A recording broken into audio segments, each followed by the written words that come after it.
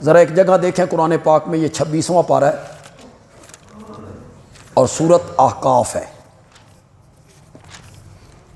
26ویں پارے کا پہلا صفحہ ہے اور سورت احقاف کی آیت نمبر 5 ہے۔ اسے ذرا غور سے سنیے گا، پھر گھروں میں جا کے اس کا ترجمہ دیکھ لیجئے۔ اللہ نے بڑا عجیب انداز اپنا ہے۔ قرآن کی اگر سمجھ آ جائے نا تو یہ بڑی زبردست کتاب، شہنشاہ کی کتاب، لیکن مطلب سرسری نہ پڑھے، کسی سے سبقن پڑھے۔ اللہ نے پہلے اپنی کاریگری کا ذکر کیا، ما خلقنا السماوات والارض وما بینہما الا بالحق۔ ہم نے زمین و آسمان کو جو پیدا کیا اور جو کچھ زمین و آسمان کے درمیان ہے، ان سب چیزوں کو ہم نے پیدا کیا ہے صرف اس بات کے لیے کہ دنیا پر سچ ظاہر ہو جائے، الا بالحق، دنیا پر حق ظاہر ہو جائے۔ اور اس دنیا کا سب سے بڑا سچ جو ہے نا وہ اللہ کی توحید ہے۔ اس سے بڑا سچ دنیا میں کوئی نہیں۔ یہ کائنات کسی شخصیت کے لیے نہیں بنی۔ یہ جو لوگوں نے روایتیں گھڑی ہیں، یہ گھڑی ہوئی باتیں ہیں ساری۔ نہ یہ حضرت عزیر کے لیے بنی، نہ حضرت عیسیٰ کے لیے بنی، نہ حضرت مریم کے لیے بنی، نہ حضرت علی کے لیے بنی، نہ آمنہ کے لال کے لیے بنی۔ یہ کائنات بنی ہے سچ کو ظاہر کرنے کے لیے۔ یہ قرآن ہے، اور وہ سچ کیا ہے کہ معبود صرف اللہ ہے، عبادت کے لائق صرف اللہ ہے۔ یہ سچ، اس پر بندیالوی دوسری آیت پیش کرنے لگا ہے جو عام میں سے اکثر لوگوں کو یاد ہے۔ میں پڑھوں گا، میرے ساتھ پڑھنے لگ جاؤ۔ وَمَا خَلَقْتُ الْجِنَّ وَالْإِنسَ إِلَّا، ہم نے جنوں اور انسانوں کو صرف اس لیے پیدا کیا ہے کہ اس دھرتی پر میری عبادت۔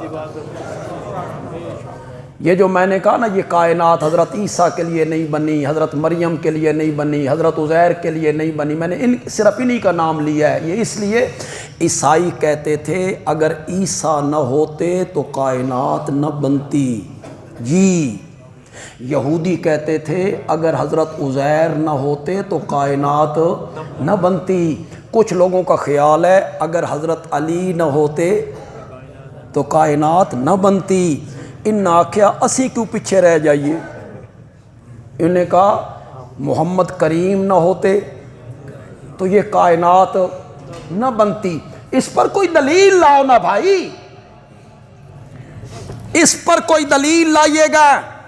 جو دلیل آپ پیش کرتے ہیں نا، لولاک لما خلقت الافلاک، اللہ نے کہا میرا سونا جے تین نہ بنانا ہوندا اسا کائنات نہ بنا دے، وہ جھوٹی روایت ہے۔ اسے محدثین نے لکھا ہے، موضوع ہے، موضوع وضع سے ہے۔ وضع کا معنی بنانا ہوتا ہے، تو موضوع کا کیا معنی ہوگا؟ یہ بنائی گئی ہے، یہ گھڑی گئی ہے۔ شیخ الحدیث مولانا محمد زکریا صاحب نے فضائل اعمال میں اس حدیث کو نقل کیا، اور نقل کرنے کے بعد لکھا قال علی قاری، حنفیوں کا عالم ملا علی قاری کہتا ہے ھذا حدیث موضوع، کرو مانا، ھذا حدیث موضوع، یہ حدیث گھڑی ہوئی ہے۔ اوپر نقل کی، نیچے جرا بھی نقل کی، اس جرا کا ترجمہ نہیں کیے۔ اب آپ تو اردو پڑھتے ہیں، عربی تو آپ پڑھتے نہیں، میرے بتانے کے بعد ذرا عربی بھی پڑھیے، یہاں آپ اردو پڑھ رہے ہیں اس کی عربی عبارت بھی پڑھیے۔ قال علی قاری ھذا حدیث موضوع، یہ حدیث موضوع ہے، یہ نبی پاک سے ثابت نہیں ہے، یہ لفظ ثابت نہیں ہے، ولیکن معناہ صحیح، لیکن اس کا مفہوم کیا ہے؟ صحیح۔ لفظ گھڑے ہوئے، لفظ گھڑے ہوئے ہیں، آپ نے نہیں فرمایا، لیکن مفہوم صحیح کہ یہ کائنات آپ کے لیے بنی ہے۔ میں نے کہا اگر مفہوم صحیح ہے تو پھر مفہوم ہم بیان کرتے ہیں، ولیکن معنی صحیح، تو پھر معنی ہم بیان کرتے ہیں۔ چلو اگر معنی صحیح ہے تو معنی ہم بیان کر دیتے ہیں۔ میاں اللہ کہنا چاہتے ہیں میرے پیارے پیغمبر، اگر تجھے پیدا کر کے تیرے سر پر نبوت کا تاج رکھ کے تیری زبان مقدس سے ہم نے اپنی توحید بیان نہ کروانی ہوتی تو ہم کائنات کو پیدا ہی نہ کرتے۔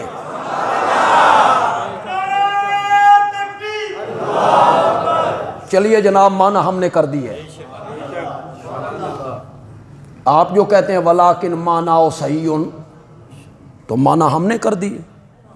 یہ معنی ہے اس حدیث کا، یہ کائنات صرف بنی ہے الا بالحق، حق کو ظاہر کرنے کے لیے، اور دنیا کا سب سے بڑا حق کیا ہے؟ لہو دعوت الحق۔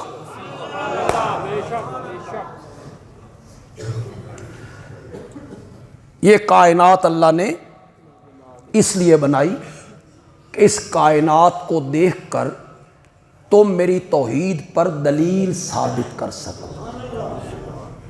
اس کا ذرہ ذرہ، ایک ایک تنکا، ایک ایک پھول، پھول کی ایک ایک پتی، ایک ایک پھل، ان پھلوں کا ذائقہ، موسموں کا تغیر و تبدل، رات اور دن کا اختلاف،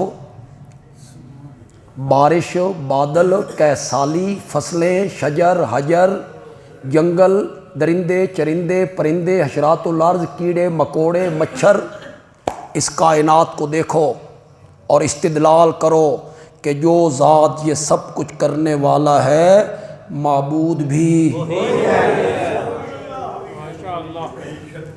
وما خلقنا السماوات والارض وما بینہما الا بالحق، ہم نے آسمان و زمین کو اور جو کچھ آسمان و زمین کے درمیان ہے اسے صرف ایک غرض کے لیے پیدا کیا ہے کہ دنیا پر سچ ظاہر ہو جائے، سچ واضح ہو جائے۔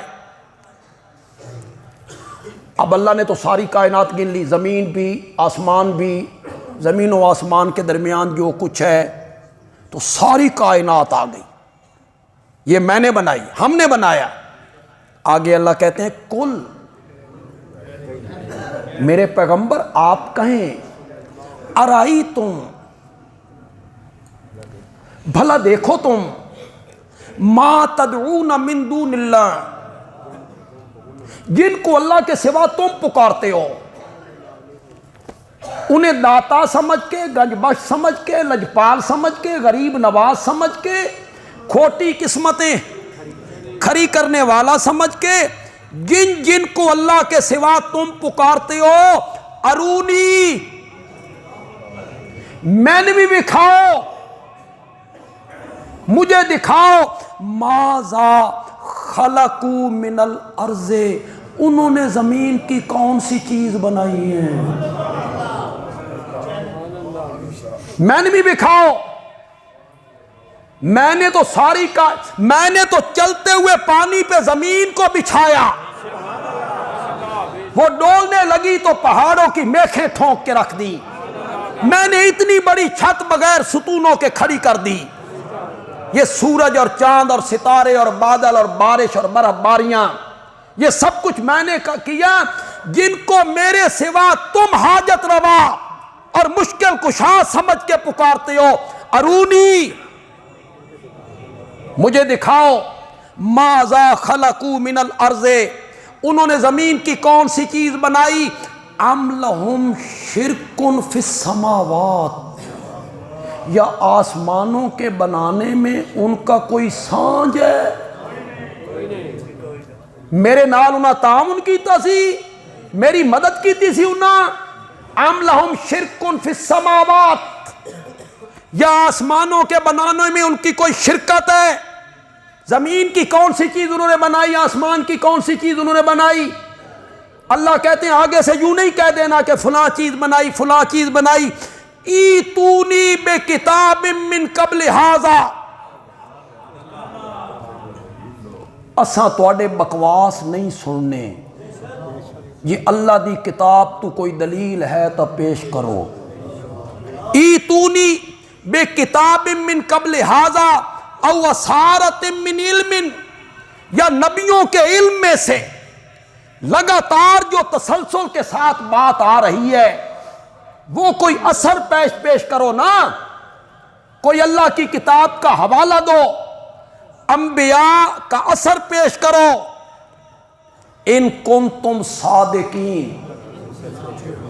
اگر تم سچے ہو کہ یہ مشکل کشاں ہیں، یہ حاجت رواں ہیں، یہ کھوٹی قسمتیں کھری کر دیتے ہیں، اس بات میں اگر تم سچے ہو تو کوئی حوالہ پیش کرو نا۔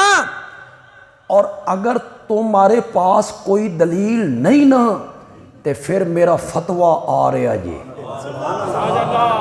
پھر فتویٰ لگایا رب نے، میں نے نہیں، میرا صرف یہ قصور ہے کہ میں قرآن پیش کر دیتا ہوں بس، اور آپ کو دعوت دیتا ہوں کہ جس عالم کا ترجمہ آپ کے گھر میں ہے جا کے اٹھائیے۔ اللہ کہتے ہیں اگر تمہارے پاس دلیل کوئی نہیں نا پھر فتویٰ آ رہا ہے، وَمَنْ أَضَلُّ، کون بڑا گمراہ ہے؟ استفہام انکاری ہے، یعنی اس سے بڑا گمراہ کوئی نہیں۔ من اضل ممن یدعو من دون اللہ من لا یستجیب لہ الی یوم القیامہ،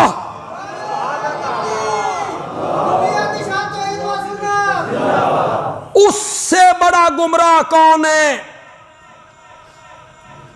جو اللہ کے سوا ان کو پکارتا پھرتا ہے، جو قیامت کی صبح تک اس کی پکار کو قبول کرنے کی صلاحیت، اس کو جواب نہیں دے سکتے، اس کی مراد کو پہنچ نہیں سکتے، ان کو پکارتا ہے، اس سے بڑا گمراہ کائنات میں کوئی نہیں۔ مولا وہ جواب کیوں نہیں دیتے؟ وہ دعا قبول کیوں نہیں کرتے؟ ناراض ہیں؟ فرمایا نہیں، وَهُمْ، ہم کا معنی کرو، اور وہ ان دعائہم، ان کی پکاروں سے غافلون، یہ جناب قرآن ہے، یہ شٹلیات نہیں ہے، یہ وارث شاہ دی ہیر نہیں، یہ سیف الملوک بھی نہیں، یہ بلے شاہ دا کلام بھی نہیں، وہ توان مبارک ہوئے گاؤ جمعے والے دیہڑے ممبرہ تے بلے شاہ دا کلام، جمعے کے خطبے میں بلے شاہ دا کلام، وارث شاہ دی ہیر گاؤ، تو آڈی قسمت چے ساڈی قسمت چ رب دا قرآن ہے۔